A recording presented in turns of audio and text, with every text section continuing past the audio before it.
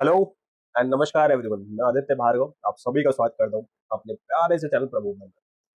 और अब हम आ चुके हैं अपने द एक्सेल प्रोग्राम के सेकंड लेक्चर में। इस प्रोग्राम में हम लोग बेसिक टू एडवांस एक्सेल को सीखेंगे और आज सेकंड लेक्चर में हम लोग फॉर्मेटिंग सीखेंगे।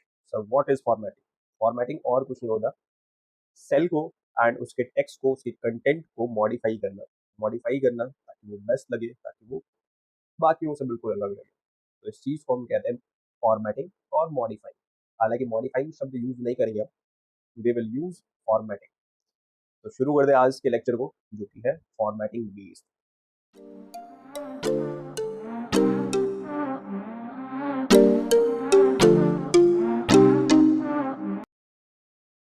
तो सबसे पहले एक एक्सेल की शीट बनानी पड़ेगी।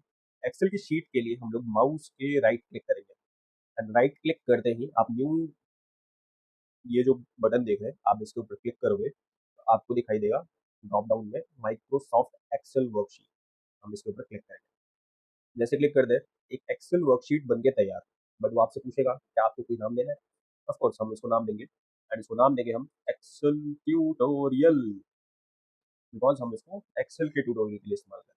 तो हमने इसको सूटेबल नेम दे दिया और थोड़ा सा ऑर्गेनाइज करने के लिए हम इसको बाकी आइकन्स के साथ अरेंज कर दें एंड इसके ऊपर डबल क्लिक कर दें, ये खुल जाएगा। ऑफ कोर्स, तो ये हमारा एक्सेल का जो वर्कशीट था वो खुल चुका है।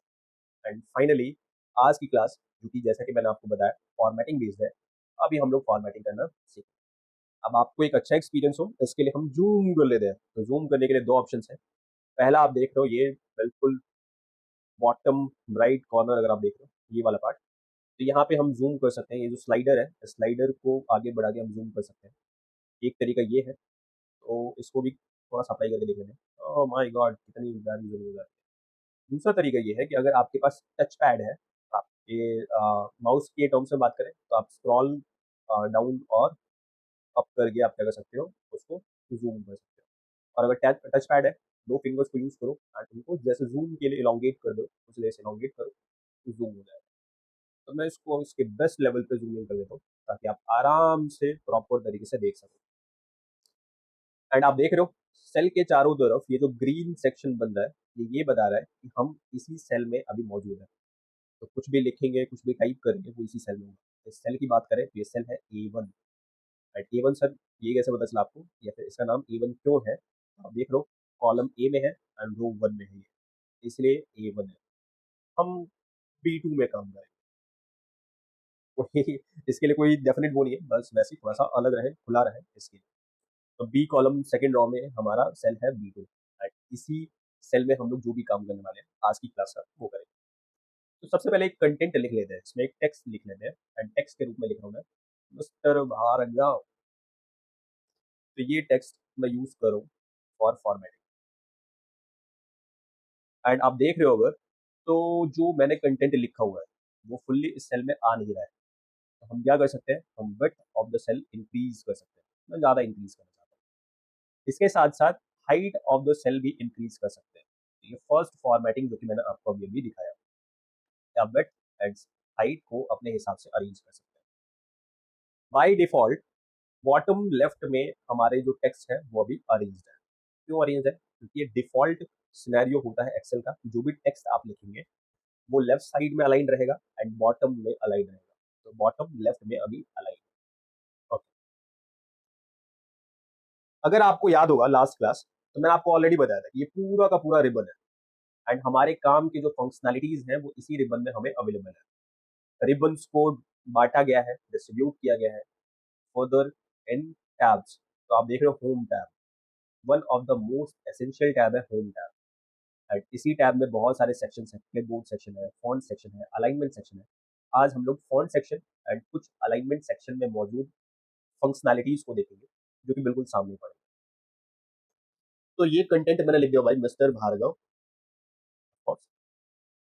एंड इसके ऊपर जो सबसे पहला फॉर्मेटिंग, जो सबसे पहला मॉडिफिकेशन हम कर सकते हैं वो है इसके स्टाइल को लेकर। तो ये जो फॉन्ट अभी आपको दिखाई दे रहा है मिस्टर भार्गव, इसका जो फॉन्ट स्टाइल है वो है कैलिबरी। एंड मैं चाहता हूँ कि इसका फॉन्ट स्टाइल चेंज होकर कुछ और हो। तो मुझे जो पसंद आता है मोस्टली वो है बैकवर्ड स्क्रिप्ट। तो मैंने इसको बैकवर्ड स्क्रिप्ट दी। तो आप देख रहे हो स्टाइल चेंज हो जाए। इसके साथ-साथ इसके बगल में आप देख रहे हो साइज़, एंड फ़ॉन्ट का जो साइज़ है वो है 11। मैं चाहूँ तो इसको इंक्रीज़ कर सकता हूँ 12, 14, 16। अगर आप नोटिस कर रहे हो तो इसका ना एक बीच में जो नंबर्स हैं वो सारे नंबर्स नहीं लिखे हैं, कुछ डेफिनिट नंबर्स लिखे हुए हैं। आप उसके हिसाब से कर सकते हो। सर लेट अस सपोज़ मुझे 13 एज़ अ फ़ॉन्ट साइज़ चाहिए होता। क्या मैं वो नहीं कर सकता? कर सकता। मैं डायरेक्टली फिर यहाँ पर लिखूँगा 13, एंटर करूँगा, 13 फ़ॉन्ट साइज़ हो जाएगा। तो आप ड्रॉप डाउन को यूज़ करके इसमें जो सिलेक्टेड आइटम्स हैं उनको क्लिक कर सकते हो, और आप मैन्युअली यहाँ एंटर करके भी आप साइज़ को इंक्रीज़ और डिक्रीज़ कर सकते हो। और दूसरे शब्द में कहूँ तो साइज़ को चेंज कर सकते हो। साइज़ चेंज करने के लिए हमारे पास एक और ऑप्शन है। अगर आप देख रहे हो तो फ़ॉन्ट साइज़ के बगल में increase font size, decrease font size. तो अगर मैं इंक्रीज़ फ़ॉन्ट साइज़ पे करूँगा तो 13 था पहले, अब 14 हो गया है, 16 हो गया है, सो 15 नहीं हुआ, नहीं हुआ, बिकॉज़ इसमें इंक्रीमेंट और डिक्रीमेंट होगा according to this drop down. तो 16 हुआ, 16 के बाद 18 हो जाएगा अगर मैं उसको क्लिक करूँ, और डिक्रीज़ करूँ तो 16 से 14 हो जाएगा। तो अगर मैं डिक्रीज़ करूँ 14 हो गया। तो कुल मिलाकर कहने वाली बात ये है कि हमारे पास फ़ॉन्ट को इंक्रीज़ और डिक्रीज़, या दूसरे शब्दों में कहो चेंज करने के लिए हमारे पास 3 ऑप्शंस हैं। ये रहा एक ड्रॉप डाउन ऑप्शन, एंड दूसरे ये जो 2 क्लिकिंग ऑप्शंस हैं। तो इनसे हम क्या कर सकते हैं? फ़ॉन्ट के साइज़ को इंक्रीज़ और डिक्रीज़ कर सकते हैं। अगली फ़ॉर्मेटिंग में हम लोग बोल्ड, इसकी स्ट्रेंथ को बढ़ाने के लिए, इटैलिक, इसको थोड़ा-सा टिल्टेड करने के लिए, मैं बिल्कुल भी इटैलिक पसंद नहीं कर रहा, तो फिर हम इटैलिक नहीं यूज़ करेंगे। Underline for underlining the text. तो ये भी हम फ़ॉन्ट रिलेटेड कुछ फ़ॉर्मेटिंग्स कर सकते हैं। इसके साथ-साथ अगर आप बगल में देख रहे हो, तो फिर आपको बॉर्डर का ऑप्शन दिखाई दे रहा है। तो आपके पास बहुत सारे ऑप्शंस हैं बॉर्डर्स को लेकर। आप ध्यान से देख सकते हो कितने सारे ऑप्शंस हैं। तो अगर मैं ऑल बॉर्डर्स करता हूँ, तो सारे के सारे सेल का जो बॉर्डर है, वो आपका क्या हो जाएगा, बॉर्डर्ड हो जाएगा, और कह लो ये स्पेशली अलग से दिखने लग जाएगा। एग्ज़ाम्पल के तौर पे मैं क्लिक करके दिखाता हूँ। अगर आप कंपेयर कर रहे हो दूसरे सेल्स में और अभी इस सेल को, तो आप नोटिस कर सकते हो कि बाकी जो सेल्स हैं, वो इतने ज़्यादा डार्कर नहीं है, जितने कि ये हुआ पड़ा है। आप नोटिस कर सकते हो, तो ये ज़्यादा ही सेल जो है, इसके बॉर्डर ज़्यादा ही डार्कर हुआ पड़ा है, कंपेयर टू दूसरे सेल्स के। तो ये हमने बॉर्डरिंग कर दी है इसका मतलब। एंड बॉर्डरिंग आप शायद समझ पा रहे होंगे कितना प्यारा करा हुआ है। आप चाहो तो इसको कलर भी दे सकते हो। सर कैसे? तो लाइन कलर करके। लेट सपोज हम रेड कलर से सारी की सारी बॉर्डरिंग करना चाहते हैं। तो हमने टॉप बॉर्डर रेड कर दिया, लेफ्ट बॉर्डर रेड कर दिया, बॉटम बॉर्डर रेड कर दिया, और इसी तरीके से हमने राइट बॉर्डर को भी रेड कर दिया। आप इवन ये चाहो कि हम इसको थोड़ा-सा ज़्यादा मोटा कर दें, बोले तो इसकी वेट को इंक्रीज़ कर दें, बॉर्डर का जो वेट है उसको इंक्रीज़ कर दें, तो आप वो भी कर सकते हो। मैंने क्या कर दिया, टॉप, बॉटम, लेफ्ट, राइट, चारों बॉर्डर्स को वेटेड बॉर्डर कर दिया। बॉर्डरिंग करने का क्या फ़ायदा हुआ कि दूसरे सेल्स एंड ये सेल स्टैंड आउट हो जाए। ऑल द वे फॉर्मेटिंग ही हम इसीलिए करते हैं, ताकि दूसरे सेल से ये थोड़ा-सा अलग दिखे। बॉर्डरिंग के साथ-साथ आप इस सेल को कलर भी दे सकते हो। इस सेल का बैकग्राउंड, अगर मैं इस बॉर्डर के बगल में देखूँ, तो अगर आपको दिखाई दे रहा होगा फिल कलर का ऑप्शन आ रहा है, एंड इसमें लिखा भी है colour the background of cells to make them stand out. तो अगर आपने इस सेल को कलर करना है, सेल के बैकग्राउंड को कलर करना है, तो उसके लिए हम इसको यूज़ करेंगे। एंड सबसे पहले अपने कर्सर को इसी सेल में लेकर आएँगे, एंड हम इसको एक कलर देंगे, क्योंकि बॉर्डर रेड है, तो रेडिश टाइप का ही कुछ फिलिंग कर लेते हैं। ओके, तो ये हो गया हमारा सेल का कलर फेड हो गया। कौन-सा कलर मुझे भी नहीं पता, बस अच्छा लग रहा था। एंड इस फिल कलर के बगल में अगर आप देखो, तो यहाँ लिखा हुआ है फ़ॉन्ट कलर। तो फ़ॉन्ट का जो भी कलर आप रखना चाहते हो, वो यहाँ पे आप कर सकते हो। फॉर एग्ज़ाम्पल अगर हम देखें तो कौन-सा कलर प्यारा लग रहा है? बस ये कलर अच्छा लग रहा है। फिर हो सकता है भाई मेरी पसंद आपको बहुत बुरी लग रही है, बट मेरा पर्पस है आपको ये दिखाना कि हम किस तरीके से फॉर्मेटिंग कर सकते हैं। तो फ़ॉन्ट का कलर अभी हमने ब्लू कर दिया। सर, ये सेल में जो आपका जो फ़ॉन्ट है ना, ये जो टेक्स्ट है ना, हम चाहते हैं कि ये कहीं और अलाइन हो, ये बीच में आ जाए, ये बॉटम लेफ्ट में ना रहे।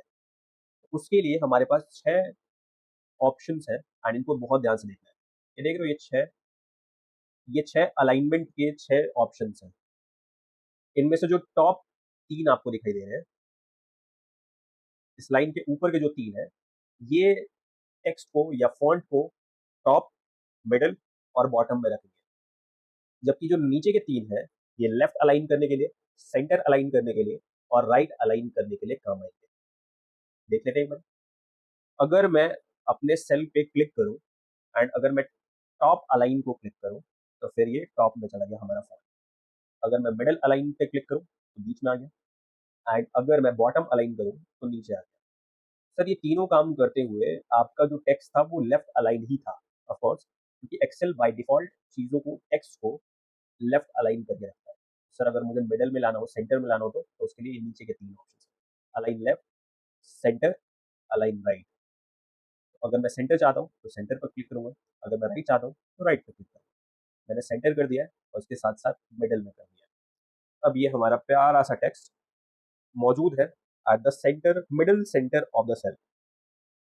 इसका हमने देखा कि भाई फॉन्ट स्टाइल क्या रख सकते हैं, फॉन्ट साइज कैसे चेंज कर सकते हैं, बोल्ड, इटैलिक, अंडरलाइन प्रोवाइड करना हो वो कैसे कर सकते हैं।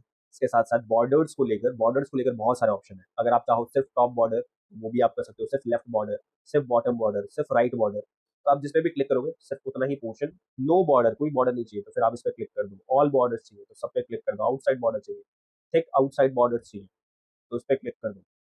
इस तरीके से आपको ये ऑप्शन देखने। आज की क्लास को यहीं पे पॉज कर दें एंड आज की क्लास में हमने देखा formatting the text, formatting the cell. आगे और भी चीज़ों को पढ़ेंगे हम धीरे धीरे, बट अभी हमने बेसिक लेवल पे इतना कुछ सीखा। प्लीज़ अगर चीज़ें पसंद आ रही हो तो लाइक करें, शेयर करें, सब्सक्राइब करें। नॉलेज शेयर करने से बढ़ती है।